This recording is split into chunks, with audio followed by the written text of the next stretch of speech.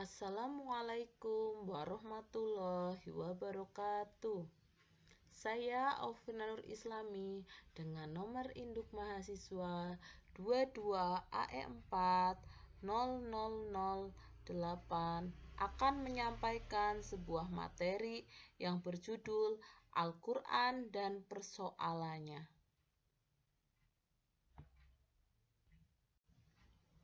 Tugas ini disusun untuk memenuhi mata kuliah Studi Al-Quran dengan dosen pengampu Bapak Ahmad Mukhlasin. Saya dari Pendidikan Islam Anak Usia Dini, Fakultas Keagamaan Islam, Universitas Nahdlatul Ulama Al-Ghazali Cilacap, tahun 2023. Materi yang pertama yaitu segi-segi kemuksisatan Al-Quran.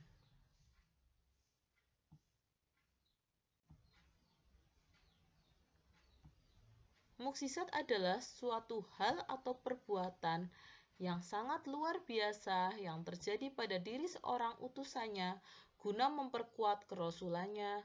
Apabila hal yang luar biasa itu terjadi pada diri seseorang manusia, calon rasul disebut irhas. Dan bila itu terjadi pula pada diri seorang wali Allah, disebut karomah. Muksisat hisyah atau indrawi. Pada hakikatnya muksisat ini dapat ditangkap oleh panca indera manusia. Muksisat disebut tidak kekal dan hanya terbatas pada saat kejadian itu saja atau sampai wafatnya nabi yang bersangkutan. Muksisat ini dimiliki oleh para nabi terdahulu. Muksisat maknawi atau rasional. Kemuksisatan Al-Quran yang diturunkan kepada Nabi Muhammad SAW hanya dapat dilihat dari keajaiban ilmiah yang rasional, bukan karena sifat keberadaannya yang memiliki keajaiban yang luar biasa, tetapi isinya yang berkaitan dengan pemikiran rasio manusia, di luar kemampuan manusia untuk mendatangkan keserupaannya. Dan sebab itulah muksisat Al-Quran ini bisa abadi sampai kiamat. Segi kemuksisatan Al-Quran yang dapat dijangkau akal pikiran manusia. Yang pertama yaitu kemuksisatan Al-Quran dari segi bahasa. Sejarah membuktikan bahwa bangsa Arab pada masa turunnya Al-Quran telah mencapai tingkat kelebihan yang belum pernah dicapai oleh bangsa satupun yang ada di dunia. Mereka memiliki kemampuan bahasa yang tidak bisa dicapai orang lain, seperti kemahiran dalam berpuisi, syair, atau prosa. Memberikan penjelasan dalam langgam sastra, mereka juga telah merambah jalan yang belum pernah diinjak orang lain dalam kesempurnaan menyampaikan penjelasan, keserasian dalam menyusun kata-kata, serta kelancaran logika. Namun tidak seorang pun di antara mereka yang berani memproklamirkan dirinya berani menentang Al-Quran. Mereka tetap dalam ketidakberdayaannya ketika dihadapkan dengan Al-Quran.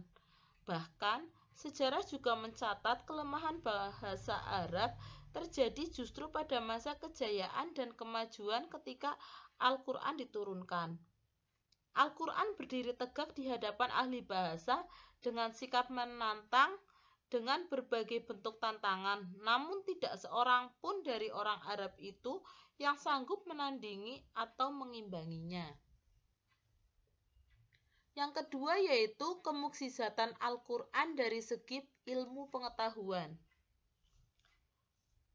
Di antara segi kemuksisatan Al-Quran adalah adanya beberapa petunjuk yang detail mengenai sebagian ilmu pengetahuan umum yang terkandung di dalamnya, seperti tentang farmasi, biologi, astronomi, geografi, dan teori-teori ilmiah lainnya yang telah diungkapkan terlebih dahulu dalam Al-Quran sebelum dikenal oleh manusia atau sebelum ditemukan oleh ilmu pengetahuan modern.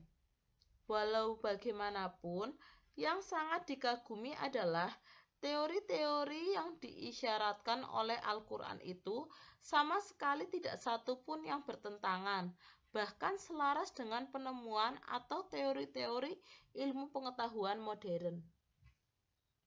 Selanjutnya yang ketiga yaitu kemukjizatan Al-Quran dari segi syariat. Di antara kemukjizatan Al-Quran adalah adanya undang-undang ilahi yang sempurna melebihi semua undang-undang bikinan manusia yang mereka kenal sejak dahulu sampai sekarang. Al-Quran Al-Karim menjelaskan pokok-pokok tentang akidah, hukum-hukum yang berkaitan dengan muamalah, ibadah, norma-norma pergaulan dan sopan santun, hukum ekonomi, politik, sosial kemasyarakatan, dan lainnya. Al-Quran datang dengan membawa dasar-dasar dan pokok-pokok ajaran agama yang dapat mendatangkan kemaslahatan dan menghindarkan kemudorotan bagi manusia dalam menjalani hidup dan kehidupannya. Di samping juga menerapkan sanksi-sanksi yang setimpal yang tidak bisa ditambah atau dikurangi, atau mempermudah dalam penerapannya. Selanjutnya yang keempat yaitu kemukjizatan Al-Quran dari segi berita yang menakjubkan. Al-Quran telah meramalkan beberapa peristiwa yang akan terjadi dan menimpa manusia. Dan ramalan-ramalan itu benar-benar telah terjadi dengan disaksikan oleh banyak umat manusia, baik dari kalangan umat Islam maupun orang-orang kafir. Di antara berita-berita gaib yang dibawa Al-Quran adalah pemberitaan mengenai peperangan yang akan terjadi di antara bangsa Romawi dengan bangsa Persia. Dengan kemenangan akan berada pada pihak bangsa Romawi setelah mereka kalah pada peperangan terdahulu. Pemberitaan lain adalah ketika kemenangan umat Islam atas kaum musyrik Quraisy sebelum terjadinya peperangan Badar. Selanjutnya yaitu yang kelima, kemukjizatan Al-Quran dari segi kejiwaan. Akibat dari pengaruh Al-Quran dalam hati atau kejiwaan, seseorang yang sangat memusuhi Al-Quran bisa berbalik di bawah lindungannya. Banyak para pemimpin kafir masuk Islam, diantaranya adalah Umar bin Khattab, Sa'ad bin Mu'adz, Usaid bin Hudair, dan pemimpin-pemimpin lainnya. Kemudian pengertian wahyu.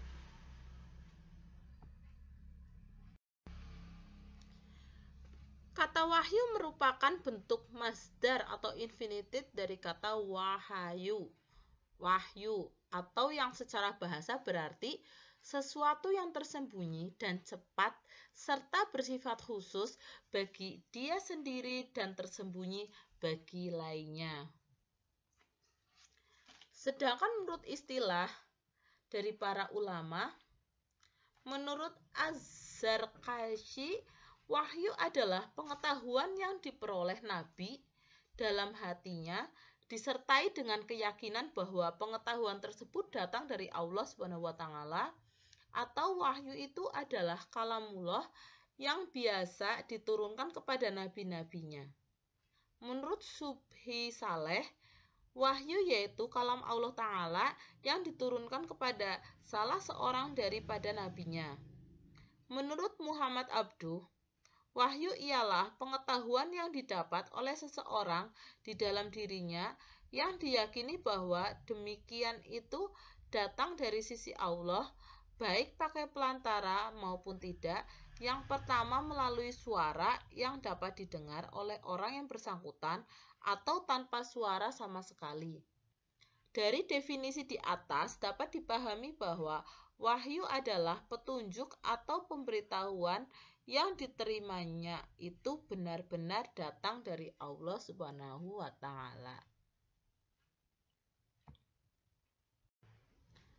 Makna wahyu bersifat variatif, diantaranya yang pertama, ilham bersifat fitriyah atau naluriah yang diberikan kepada manusia. Contohnya wahyu yang diterima Ibunda Musa. Yang kedua, ilham yang bersifat tabiat atau horisi yang diberikan kepada hewan-hewan. Contohnya wahyu Allah kepada lebah, isyarat Nabi Zakaria kepada kaumnya. Yang ketiga, pemberitahuan secara rahasia atau bisikan sesuatu. Contohnya yaitu rayuan syaitan ketika mengajak manusia berbuat kejahatan. Dan yang keempat, perintah. Ketika Allah memerintahkan kepada para malaikat supaya mereka melaksanakannya seketika itu juga. Yang ketiga yaitu macam-macam wahyu. Ada 3 cara komunikasi Allah dengan para nabi dan rasulnya. Yang pertama yaitu secara bisikan atau wahyu secara langsung, di mana Allah langsung menanamkan pengertian ke dalam hati seseorang nabi yang dimaksudkannya berupa petunjuk, perintah, atau larangan, dan sebagainya tanpa memakai pelantara apapun. Kemudian, wahyu yang diterima nabi dari balik tabir atau dialog dari belakang hijab, di mana nabi mula-mula melihat sesuatu yang luar biasa atau mendengar suara-suara yang aneh, lalu ia memusatkan seluruh jiwa dan perhatiannya ke arah itu. Kemudian ia dapat mendengar suara wahyu dari Allah tanpa melihat dan mengetahui sumber datangnya suara itu. Yang ketiga yaitu wahyu dengan pelantara malaikat Jibril, di mana Allah memerintahkan kepada malaikat Jibril untuk menyampaikan wahyu kepada Nabi. Kemudian, perbedaan wahyu dan ilham. Perbedaan wahyu dan ilham. Pada wahyu, pemberitahuan yang bersifat gaib, rahasia, dan sangat cepat yang khusus diberikan Allah kepada Nabi dan Rasul-Nya. Pada ilham, pemberitahuan sesuatu pada jiwa seseorang yang mendorongnya untuk mengerjakan sesuatu itu, bahkan juga oleh hewan-hewan dan tumbuh-tumbuhan sekalipun. Pada wahyu berisi petunjuk atau pengetahuan. Pada ilham, meskipun dapat diketahui berisi pengetahuan, tetapi lebih mirip perasaan halus atau insting. Pada wahyu disampaikan khusus kepada Nabi dan Rasul-Nya, sedangkan ilham disampaikan kepada manusia secara umum dan juga makhluk lain. Orang yang menerima wahyu yakin bahwa yang menyampaikan adalah Allah yang Maha Kuasa. Orang yang menerima ilham tidak mengetahui dari mana datangnya dan siapa yang menyampaikannya. Diisyaratkan bahwa wahyu untuk disampaikan kepada umat. Ilham tidak diisyaratkan demikian, tetapi orang yang menerimanya itu merasa terdorong untuk mengerjakannya.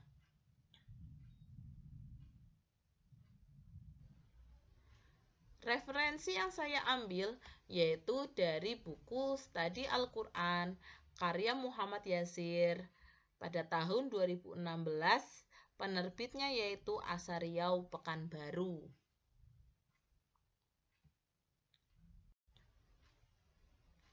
Terima kasih, mohon maaf jika dalam menyampaikan materi ini saya ada kekurangan serta kesalahan. Saya mohon maaf yang seikhlas-ikhlasnya. Billahi taufik wal hidayah. Wassalamualaikum warahmatullahi wabarakatuh.